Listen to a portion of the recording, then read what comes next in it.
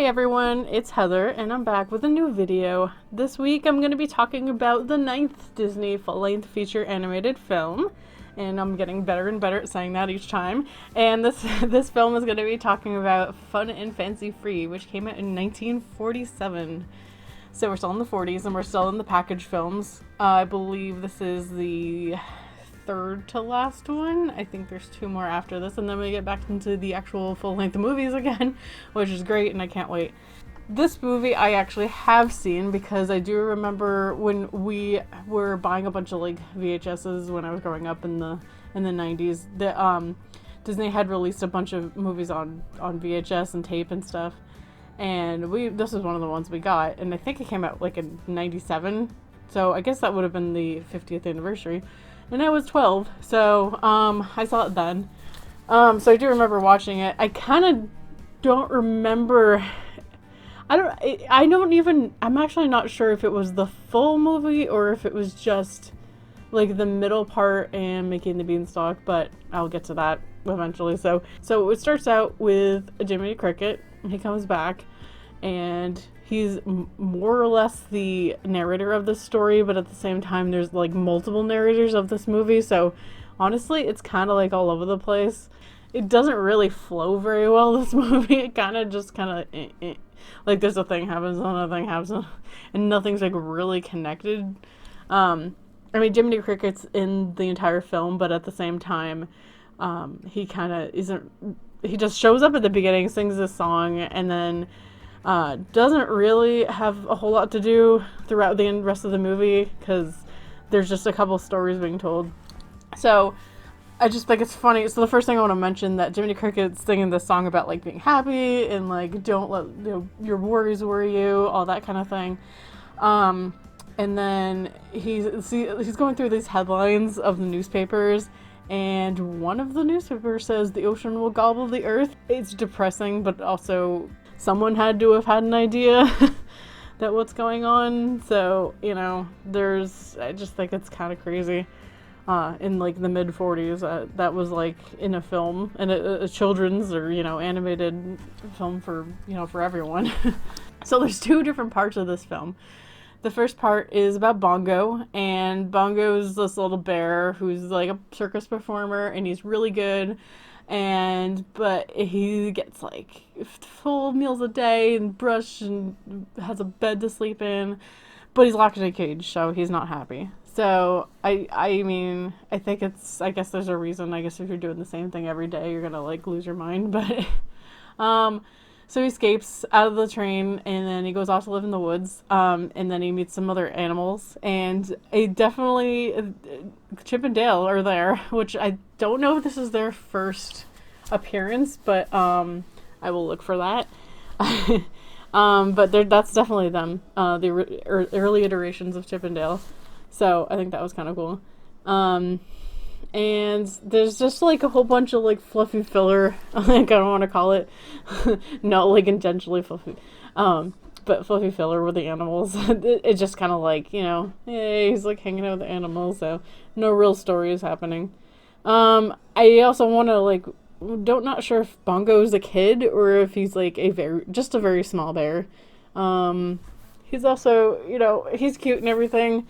He meets the other little bear, who's Lulu Bell, is the girl, and he's kind of dumb. He's like a little slow in the uptake because she's like, oh, I'm into you, and this is what bears do. They slap each other. And then the whole bear thing, the whole bear slapping thing, it kind of just makes me think that bears maybe are polyamorous. I don't know, just because it's like they're all like hanging out with each other and like doing their dance and everything. So, Bongo fights like the evil bear that likes Lulu Bell, and then Bongo wins, and then they end up together, and then that's the end. So that's pretty much it. And then it goes back to Jiminy Cricket, and then you see like he's talking to Jiminy Cricket talks to inanimate objects a lot. I've noticed in the films that he's been in. He's in Pinocchio. He talks to like the little sculptures, and then in this movie he's talking to like a teddy bear and a doll, and then they're sad. They have like little sad faces painted on. So he's like, don't worry, I'll cheer you up. And at the end, that the bear and the dollar, like, are together, like, romantically. And I think that was kind of funny. So I wonder how much of Disney honestly started furries. I don't know, but I feel like there's probably a lot of it that had to do with it. Then it just cuts to this really weird scene where you're at... So Geppetto, he's like, okay, I found an invitation that, well, it wasn't for him, but he's just like, oh, I'm going to show up this party. It'll be fine. No one will care. I'm just Cricket. Then it goes to this party where this little girl is having a birthday party. And then the only people, well, there's only one person there. So the only person there with this girl is the narrator Edgar Bergen and Bergen, and he is a ventriloquist, and he has two dummies, and he starts out this whole sequence like talking like with a hand puppet kind of thing. There's no other party goers. There's no parents. There's no anything. Like, who is this guy? Like, who is he? Like, I know this is the 40s, but someone had to think this is kind of weird. Like, why aren't her friends there? Like, her siblings or anything. Like, why is she all alone with this one guy and those two puppets? This whole part is very strange to me. So anyway, so he goes and he starts talking about the story of Jack and the Beanstalk, which is Mickey and the Beanstalk for this version. And this is Mickey, Donald Duck, and Goofy. And basically this guy, Edgar Bergen, he narrates the entire thing through him and his puppets, and then throughout the film keeps sequencing back to his puppets, and the puppets are chiming in with their own like just random comments, and it's so distracting. I think it'd be better on its own, honestly. I don't know why they thought the puppet thing was like a good idea to add. It's like a really weird addition to the whole film. So, Mickey and the Beanstalk, it's called like Happy Valley they live in, and then everything is great and wonderful. And then a magic harp gets stolen, and then a quaint town falls into Desolace.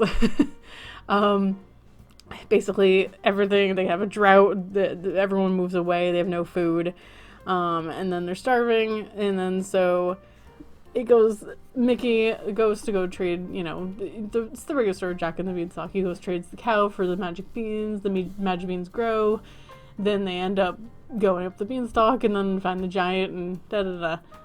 The giant's pretty fun. I think he's the best part. I think it's kind of funny. He says this like he sings this song and everything about how he could change anything, and then he's like, oh, you don't need to change anything. But then he's like, he falls down at the end, and why doesn't he just change it to something with wings? There's so much here that like you can definitely tell that they had like a short amount of time to work on this one, because I feel like there's I mean, as all the films, all the animation's great. I have no problem with it, and all the music is really good. But I don't know. There's no message of this movie. There isn't really any payoff. It's just like it goes back to the party with like the ventriloquist, and then the giant's there, and he's like, "Hey, have you seen Mickey?" And he's like no. So he like runs, and then the ventriloquist faints, and then and then the giant runs off and through Las Vegas and goes to look for Mickey. Why are they in Las Vegas? Like, what? There's so many questions I have about this. There's so many. I mean, I've looked into this film more, and like, unfortunately, there wasn't anything on Disney Plus for like making of or anything. I really wish there had been, because I had to like go and research it myself, but there really isn't even much about it. Like, I don't even know if anyone's even like really written about this. I could have probably like looked more into it, but I don't know. It's such a strange movie. It's like not strange in a good way, which is sad, because it's like probably like one of my least favorite Disney movies, at least so far. I mean, I at least like most of them, if not absolutely love them, because I mean, you'll definitely tell later on which ones I'm like absolutely in love with. I'm sure it'll be obvious, but this one's such a weird one. I just give this a 2 thumbs meh. It's just meh. Like I said, there's some good things about it. But I looked into it, and a lot of critics kind of agreed that this film is just kind of bland, really. We'll talk about this drawing a little bit. I drew the magical heart because she's kind of really like, I could have drawn Lulubelle, I suppose, but I just like drawing the humanoid characters better. So I just wanted to draw the magical heart because I thought she was, at least kind of pretty, and I hope you guys enjoyed at least, and enjoyed my incoherent rambling as usual. And I will see you all in the next one. Thank you all for watching. Have a great day.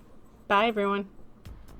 Thank you, as always, to my patrons, Andrew Linjo, Ben Wright Human, Brandon Tinge, Colin Warmbrot, Council of Geeks, Dark Leap Master, Hexapus Inc., Jack Mahanteni, Jesse Girona, Merrick Bennett, Story Comic, and as always, a very special thank you to my $10 patrons, Corbin Koval and Steve Zarzinski.